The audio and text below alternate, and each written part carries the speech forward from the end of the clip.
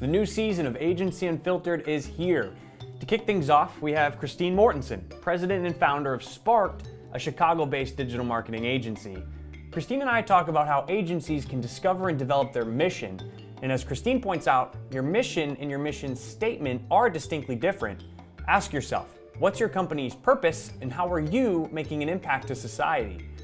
We dig into why it's important to build a mission, how you can go about creating and communicating your own mission, how you get buy-in from the team, and review the greatest benefits for having a well-defined mission. The new season of Agency Unfiltered kicks off with a live studio audience right now.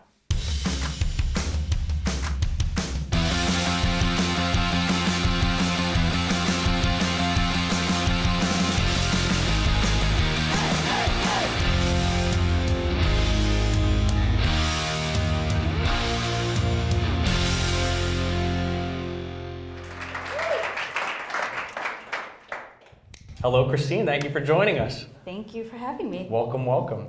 So I'm really excited to talk to you today. I know when we were speaking the other day, you were mentioning that Sparked has recently aligned themselves with a mission. And I thought that was really interesting. And I think there's a ton of lessons that we can instill on all of our agency partners or even any business really. And so maybe the best place to start is when I say mission, what is that specifically referring to? Maybe a general sense, but also Sparked as well. Yeah, when I think of a mission and having one, I think of something more along the lines of how are you giving back and how are you contributing to society? So not necessarily your more traditional mission statement of why it is you're doing what you're doing, but what's the purpose behind it and how are you making an impact to the society as a whole? That's great. And so that actually segues pretty well. And so are there any other points of differentiation from a mission versus specialization? You mentioned mission statement, but like target vertical, target audience. Are there any other notes in regards to differentiation? Yeah, so we had actually started out where our agency is going on 7 years old. So this Memorial Day, thank you. And so for 6 years we've gone without having even a mission statement. So we would always, just serve B2B companies, any industry, had a slight tech leaning, MSP sort of service area.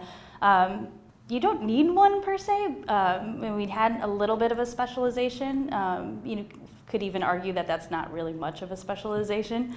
But having, it always felt like there was something missing for those 6 years. Like, yeah, we're doing marketing and it's great, and it's really great to help these businesses grow, but why are we doing it? And so, having a mission really helps to give you a purpose and helps to give you more drive and direction, and something that just having a specialization really can't. Yeah, that's great. It jives really well with HubSpot's new kind of maybe like mission themselves, but it's to help businesses grow better, right? You're not just helping somebody grow through marketing, you're helping them grow better. And so maybe, let's just dig in, like, what is yours? And then how did you, what was the light bulb moment to determine, actually this is something that we need to instill into our team? Yeah, so our mission is to help 1,000 women-owned businesses generate $1 million in revenue. So we haven't set a time frame on that yet because, quite frankly, it's probably going to take quite a while. But we're really eager to get that going and to really hit that number. What started that is back in October, and I'm really not sure what was so special about October, but had found the statistic that out of all U.S. small businesses, only 2% of women-owned businesses hit the $1 million revenue mark. And quite frankly, that pisses me off. This is unfiltered, right? Yeah, exactly. That's the spirit. Yeah. So I was really, not thrilled with learning that stat. Although I was also not surprised. So, there's a lot of different obstacles that women-owned businesses face that others don't, and so. And there's also a lot of socioeconomic issues that go into it as well, but that's where that all kind of came about. We also had, at the time, started a group for women in MarTech specifically, because we saw a need for that as well, and it really kind of happened organically. It started with creating that group, creating a directory so that we can help women in MarTech find more speaking engagements. and really just kind of grew from there. So that's great. And so again, another good segue. If I'm an agency or any business and I want to discover, my mission, how do I get started? Is it just looking for statistics that piss you off, or is there a more methodical approach to it? Yeah. Well, so like I said, like for the better part of our existence, I'd always been searching for a broader reason on why we're doing what we do every day. Because as an agency owner, you all know this is not easy, and sometimes it's like, why am I even doing this? But having that mission really, really does help. It does give you a broader purpose and a broader direction. And I would say that if you're trying to find a mission or trying to create your mission, really look inside yourself and see what are the things that you really care about, things that resonate really well with you. Is it something that's about the environment? Is it something about your local community? Is it changing the statistics of revenue for women-owned businesses? And find what really resonates with you. And I'd also say what's going to resonate with your team and your potential clients and your services that you offer. There's a lot of implications of finding that mission that could completely change the direction of your agency, and that's something that you might want to be cautious of. So I would say first, as a founder, you've got to start looking inwards and then going outwards from there. That's great. You mentioned that in the selection process, like in this discovery process, you want to also find something that may resonate with your team. So I would say, regardless of size, I'd be interested to know, are they involved in the process of refining and eventually defining the mission? Or did you have to achieve their buy-in? How did you kind of disperse this across your team? Any tips there? Yeah, so I like to say that we're small but mighty. We're a four-person team at the core, and we work with a ton of different freelancers on the writing side. But so really, for us, it was probably an easier task than a very large agency. And I simply started with just having simple, casual conversations with our team, running ideas past them, or even just kind of having tangential conversations about it, just to kind of gauge interest and in the general topic of working with women-owned businesses.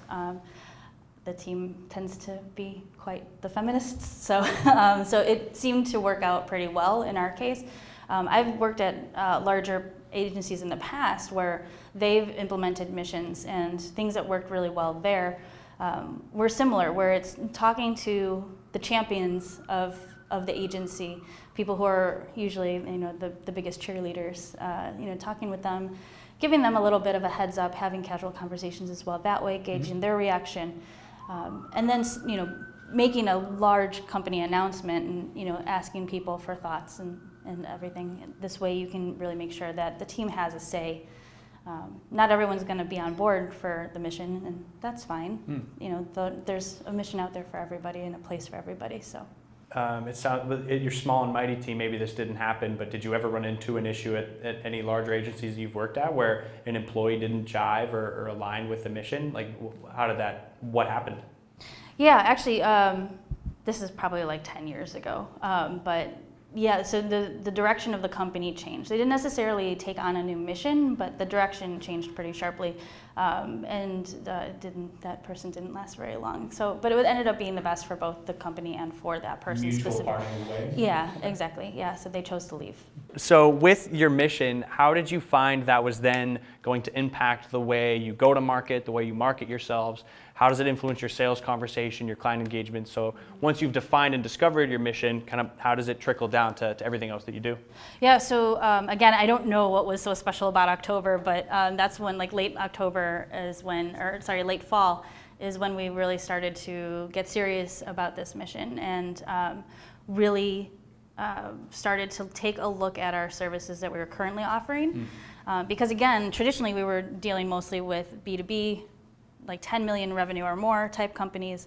That is a very different set of services than dealing with companies that are under $1 million in revenue. And so instead of the more traditional full service inbound marketing solutions, we started to come up with online courses that we could do in a group setting, group coaching, one-on-one coaching, and then also building out what we're calling a trusted network of people that are outside of the marketing expertise, because it's going to take much more than marketing alone. I'm like, not going to pretend like that's not like they're going to need more than marketing. Sure. Help. So accountants, lawyers, brand specialists, all sorts of help, and really getting a group of people that we know that we've worked with, or people that we know have gotten really good results. Getting those professionals all together in order to help and mentor as well. Also helping curate a little bit of ecosystem development, where there's the SBA, there's all sorts of other organizations that are already in existence. So pulling them in as well, so that you can come into our collective, as we're calling it, and really be able to find the services that are going to be able to be right for them. So to go from traditional marketing services to introducing like the education workshops, like programming, like what does the process look like to actually scope that out as something ready to be serviced, right? Like you can't reference hours dedicated, right, or anything like that. I wouldn't even know where to start, like building it, scoping out the time commitments, pricing it out. Any tips for that process? Well, we're still figuring that out. Not gonna lie, again, like totally transparent. Be confident rolling it out. Oh yeah, exactly. Like all things. And maybe this is because I have been in a bunch of different startups. You just MVP, minimal viable product. You get to as much as you can to make it acceptable to be live, and you're going to iterate as you go. And anyone that has owned an agency or been in an agency knows that nothing stays the same for very long. So, and that's true of our pricing, packaging, et cetera. So, really just putting the message out there. There's a huge tendency to like want it, as for me personally, I mean, I know this is not everybody, but for everything to be perfect before you launch. I had to fight that so hard. So I decided like, okay, International Women's Day, that's the day, we're announcing this, it's happening. How can you not, Right, it was kind of serendipitous. So I was like, okay, we've been spending like an entire, like more than a quarter repurposing everything, lots of whiteboarding. So there was a lot of whiteboarding, like how do people hear about this? How do they, once they do, what happens? Buyer's journey mapping. It's a very HubSpot thing, that's great. Yeah, it is a very HubSpot thing. So very, very helpful thing. And really figuring out like, okay, we can figure out what's missing later. We're going to find out pretty quickly. People will tell us. And I would assume, the feedback piece of it all too is going to be instrumental to having it grow and figuring it out from the MVP to the full rollout. Right. So I would say just don't let fear get in the way. That's great. Yeah. Any cautionary tales, red flags, potholes through your experience that you can share with the larger group so we can hopefully avoid those potholes? Anything in particular? I think trying to get ahead of how it's going to impact your services is probably going to be the biggest consideration that you should keep in mind. Because like I said, we were going from 10 million revenue companies, now we're going to sub 1 million. So that's a big difference. And how is that going to make it harder for us to keep our margins? Is it going to mean that we have to expand our team that much more? By how much? So those are the considerations that I'd say you'd have to take in consideration. Yeah, that's great. Yeah, things to keep in mind, right? What about like the sales process? Like you're going from companies that were at 10 million, now you're sub 1. I mean, is that a drastic change as well? The way you kind of have those sales conversations with prospects? Not that I've noticed so far. I have been doing a lot more video calls than I would care to do. But that's, again, a personal preference. Yeah, but sure. The process itself hasn't really changed that much. It starts with, either Facebook group or an email or a phone call or meeting at a group, and then a networking event such as this, and then picking up the phone, getting on each other's calendar and taking it from there. So it's still a pretty inboundy process. All right, that's the answer I was looking for. No, I'm just kidding. 2 questions for you, the final questions. One, what does this mean for your entire or existing client base? So where do you see the split? Is there a number you're looking for? Because I would assume there's still a handful of clients or maybe people in your sales pipeline right now that aren't like a perfect fit for the mission. maybe support it, but not like the type of business you've described. And so what happens to those folks? Yeah, and actually that's one of the considerations I wanted to bring up, so thank you. I got you, yeah, I got Thank you for that. So we're still servicing all of our male-owned companies. So all of our clients that are owned by men, we still love them dearly, they're still great. They're going to watch this, so they're excited to hear that. Right, they know that we love them. So that part's not changing. So we're trying to do what we've always done. We're just trying to add this extra component to it. So that's how we're working it. Other agencies, I'm sure, would try to probably make a complete change, and that's also fine. But to each his own. I would just say, it's never good to piss off your existing clients, so don't do that. That checks out. Right. Yeah, that checks out. Final question for you, and I don't know if I prepped you on it, but it's something I ask for all audiences. So I think by going first today, you became the guinea pig. But you're welcome. Everyone. Yes, I asked this to everybody. It's not too bad. Okay. What do you find is the weirdest part of agency life? Oh man. Is there anything weird? It's all weird. Okay, that you can have the best day of your life and the worst day of your life in the matter of an hour. Like not even like. No, you want it to go the other way. You want it to be bad, and then Well. it can happen both ways. Yes. Yeah, you don't have control over that. So Yeah. you could have okay, story time. So we had our biggest client. This is on a Friday. Our biggest client ever. And it was maybe 10 in the morning, 12 in the afternoon. I get a random email from a client's lawyer saying that they're terminating the contract. And we had there was no indication that they were unhappy. And so that was the best and worst day. 2 hours. Congrats on that big client, by the way. Yeah. Thanks. So that's weird. And then you not getting noticed that a client's leaving and they still wouldn't answer my call. I'm like, can we talk about this? We could do a whole other episode based on just what happened after the lawyer reached out to you. Right. Yeah. Next time. But basically, I think you can have the highest of highs and the lowest of lows. But that's weird. But hopefully, the exciting part. Yes. Okay. Yeah. That you never know what's going to happen. Yes. Cool. That is it for me. I appreciate you coming on and being the first one. Let's give Christine a round of applause. If you like what you watched, make sure to subscribe to our Agency Unfiltered newsletter, which will remind you when the next episode drops, as well as send you a ton of other helpful, strategically curated agency content. You could also subscribe to our channel on YouTube or podcast on SoundCloud. And if you want to keep the conversation going, tweet me at Kevin_Dunn.